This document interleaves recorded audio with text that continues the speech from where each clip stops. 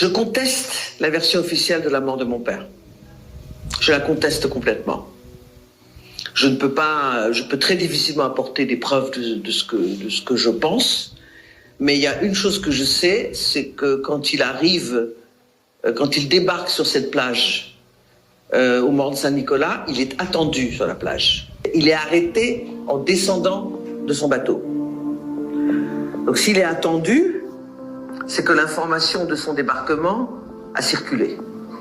C'est la première chose. Ensuite, il se trouve que des gens qui appartenaient à des familles de militaires haïtiens qui étaient en poste dans la région à l'époque ont eu l'audace de nous contacter, ma famille, la sœur de mon père, Alta, Alexis, et nous, pour nous vendre un document que je possède quand même, pour nous vendre le procès-verbal d'arrestation de mon père.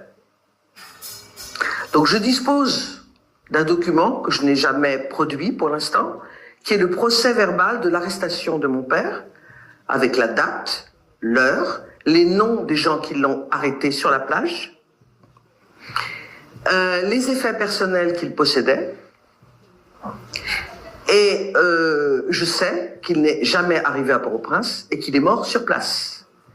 Et je sais qu'il est mort sur place parce qu'il avait, à l'époque, ça représentait une grosse somme d'argent, 20 000 $ sur lui, qui était probablement l'argent qu'il avait pu récolter pour organiser la résistance à Duvalier et rester caché, manger, circuler, organiser la lutte à partir du moment où il serait installé en Haïti. Donc il arrive avec 20 000 $, peut-être même moins, peut-être que de mémoire je dis 20 000, mais c'est peut-être que 15 000, 13 000 ou 15 000, enfin j'ai le chiffre exact sur le procès verbal. Et les gens qui l'arrêtent, d'après les informations que j'ai obtenues, on envoie il avait des faux papiers, donc il est arrêté sous un faux nom, d'abord, mais il révèle son vrai nom. Donc il est dans le procès verbal, il porte son vrai nom. Et on envoie une partie des miliciens qui l'arrêtent en ville pour prévenir Port-au-Prince qu'il a été arrêté. D'accord?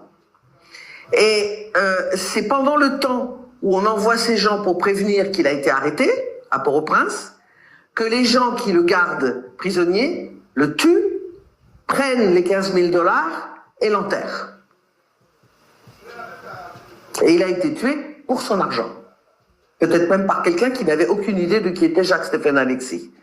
Donc ça n'est pas la peine de se raconter des belles histoires très héroïques et très...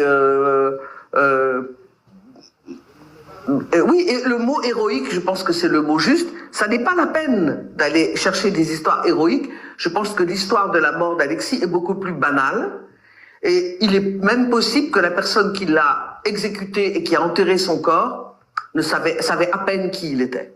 En tout cas, selon moi, Jacques Alexis n'est jamais arrivé à Port-au-Prince, il n'a jamais été enfermé à Fort-Dimanche, il n'a jamais même été torturé. Il est mort avant d'en arriver là.